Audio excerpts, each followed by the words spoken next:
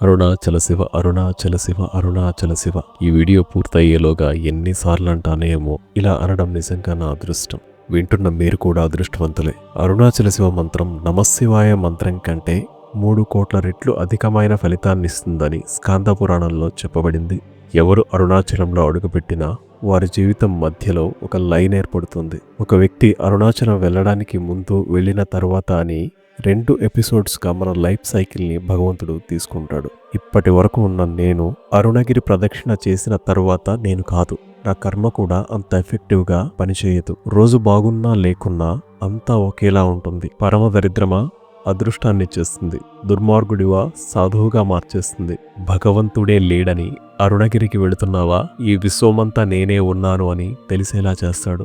సాధారణంగా మన ఊర్లో ఉండే శివలింగానికి అభిషేకం చేస్తేనే రోజులు బాగుపడతాయి. ఇది వరకు చాలా మందికి ఇది అనుభవంలో ఉంటుంది. అలాంటిది అరుణాచలంలో శివుడే స్వయంగా కొండ రూపంలో ఉంటాడు. సాధారణంగా మనం ఒక చిన్న శివాలయం చుట్టూ ప్రదక్షిణ చేసినప్పుడే అనంతమైన ఫలితం ఇస్తుంది. శివలింగం చుట్టూ ఉన్న కాస్మిక్ ఎనర్జీ మన శరీరం రిసీవ్ చేసుకుంటుంది. 14 కిలోమీటర్లు అరుణగిరి మొత్తం ప్రదక్షిణ చేసినప్పుడు అనంతమైన శక్తి శరీరానికి చేరుతుంది. బుర్ర సైలెంట్గా మారిపోతుంది. కాన్షియస్గా ఉండగానే మనం మెడిటేటివ్ స్టేట్లోకి వెళ్ళిపోతాము. ఇంద్రాది దేవతలే ఈ నేలకు దిగివచ్చి అరుణాచలం చుట్టూ 8 వైపులా లింగాలను ప్రతిష్ఠించి ఫలశ్రుతి కూడా చెప్పారు. గుర్తుపెట్టుకోండి, దేవతా ప్రతిష్ఠిత శివలింగాలు ఏదైనా శైవ క్షేత్రంలో ఉంటే ఆ క్షేత్రం ఖచ్చితంగా చాలా శక్తివంతంగా ఉంటుంది. దర్శనం చేసిన ప్రతి వ్యక్తికి ఏదో ఒక ఫలితం వస్తుంది. కలియుగంలో అశ్వమేధ యాగం చేయడానికి అర్హత లేదు, కానీ అరుణగిరి ప్రదక్షిణ చేస్తే మాత్రం 100 అశ్వమేధ యాగములు, 100 వాజపేయి యాగములు చేసిన ఫలితాన్నిస్తారు. కోట్లాను కోట్ల జన్మలు ఎత్తిన తరువాత అరుణాచల వైభవాన్ని ఒక వ్యక్తి వింటాడు. అరుణగిరి ప్రదక్షిణ చేయడానికి సంకల్పం చేసుకుంటాడు. అరుణాచలం పర్వతం మొత్తం కలిపి శివుడుగా ఉంటాడు. ఇది అగ్నిలింగం. అగ్ని అంటే కాల్చేది.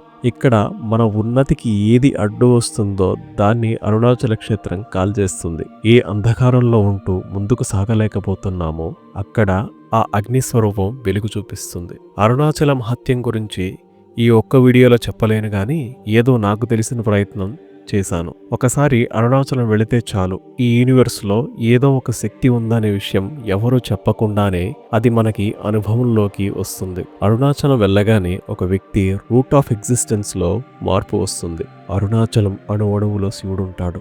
ఒక వ్యక్తి యొక్క అజ్ఞానం పోవాలి అనుకుంటే అరుణాచలం వెళ్ళాలి. మోక్షాన్ని పొందడానికి అర్హతని ఇవ్వగలిగేది అరుణాచలం. ఇక్కడ దక్షిణామూర్తిగా శివుడుంటాడు. అరుణాచలంలో ఏ ప్రశ్న వేసుకొని ధ్యానం చేసినా దానికి సమాధానం మనకి మనసులోనే దొరుకుతుంది. శివుడు దక్షిణామూర్తి తత్వంలో ఉంటూ మనలోనే సమాధానం స్ఫురింపజేస్తారు. పరమ దుర్మార్గులను సాధువుగా మార్చిన క్షేత్రం ఇది. ఒక చిన్న పిల్లోడిని రమణ మహర్షిగా తీర్చిదిద్దిన క్షేత్రం. పరమ నాస్తికుడనని రమణ మహర్షి ఎదురుగా సిగరెట్ కాల్చిన చలంగారిని ఒక్క చూపులో భక్తిభావంతో బంధి చేసిన క్షేత్రం ఇది. వేల మంది చూస్తుండగా రమణ మహర్షి దేహం నుండి వెలుగు బయటకు వచ్చి అరుణాచల శిఖరంలో కలిసిపోయింది. ఇలా 1 కాదు 2 కాదు, చాలా విశేషాలున్నాయి. శివుడు అనుగ్రహం ఎలా ఉంటుంది అంటే, ఒకడు పరమ మూర్ఖుడైనా సరే అరుణాచల శివ అన్న వెంటనే అతనిలో ఏదో ఒక మార్పు సంభవిస్తుంది. అరుణాచలంలో సృష్టి రహస్యం అంతా ఉంటుంది. అరుణాచలం మొత్తం ఔషధ గుణాలతో నిండిన మొక్కలున్నాయి. అరుణగిరి ప్రదక్షిణ చేస్తున్న సమయంలో ఎవరికీ గాయం అవ్వదని స్థల పురాణం చెబుతుంది. ఒకవేళ గాయం అయితే సాక్షాత్తు మహాలక్ష్మి వచ్చి ఆ గాయానికి కట్టుకొడుతుంది. మనం చేసిన కర్మల వల్ల మనకు సరిగ్గా బుద్ధి పనిచేయదు. దాంతో మనం ఎంత మంచి కార్యక్రమానికి శ్రీకారం చుడదామనుకున్నా సరే మనం చేయలేము. ఏదో ఒకటి అడ్డు వస్తూనే ఉంటుంది. కానీ అరుణాచలంలో అడుగు పెట్టిన వెంటనే ప్రతి ఒక్కరిలో జ్ఞానజ్యోతి ఖచ్చితంగా వెలుగుతుంది. అరుణాచలం వెళ్ళి వచ్చిన తర్వాత ఒక వ్యక్తి ఆలోచనలో మార్పు సంభవిస్తుంది. కర్మని, భగవంతుణ్ణి అందరూ చూసే కోణంలో కాకుండా అతను చూసే కోణంలో మార్పు వస్తుంది. మనిషిలో యాక్సెప్టెన్సీ పెరుగుతుంది. ఒక విషయాన్ని స్పష్టంగా అర్థం చేసుకోగలడు.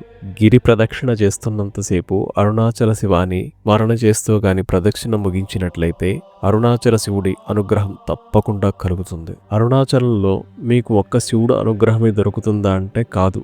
యోగులు, ఇంద్రాది దేవతల ఆశీర్వాదాలు సైతం మీకు దొరుకుతాయి. మనుషులతో పాటు యోగులు, దేవతలు సైతం అరుణగిరిలో ప్రదక్షిణ చేస్తారు. అరుణాచలంలో దక్షిణామూర్తి తత్వం ఎలా ఉంటుందంటే, అంతా మౌనంగా ఉంటుంది. కానీ మనకు వచ్చిన సందేహం మాత్రం తీరిపోతుంది.